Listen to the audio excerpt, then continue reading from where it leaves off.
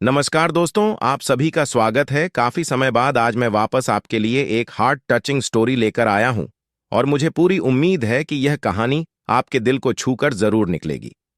तो आपका ज्यादा वक्त ना लेते हुए मैं इस कहानी को शुरू करता हूं। एक बार की बात है। एक बार एक अध्यापक एक संपन्न परिवार के शिष्य के साथ कहीं जा रहे थे। तो उस शिष्य को कुछ मजाक सूझी, क्योंकि उसको रास्ते में किसी गरीब मजदूर के जूते दिखाई दिए।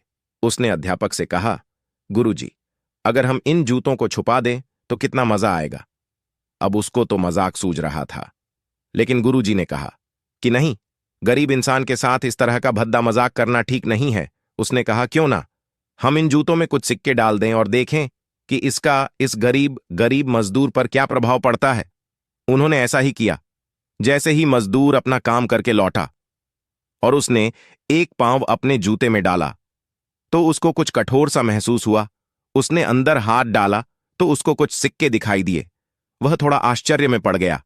आसपास किसी को देखा तो कोई भी दिखाई नहीं दिया। वापस उसने दूसरा पैर अपने जूते में डाला और वापस उसको उसमें कुछ सिक्के दिखाई दिए।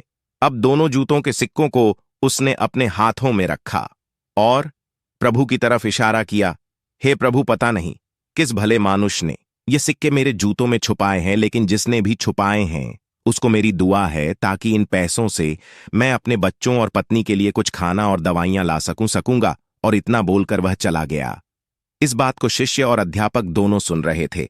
अब अध्यापक ने शिष्य से पूछा कि अब तुम मुझे बताओ कि तुम्हें कैसा महसूस हुआ, तुम्हारी पहले वाली मजाक या मेरा यह तरीका। तो उसने कहा कि गुरुजी, मैं आपसे क्षमा चाहता हूं।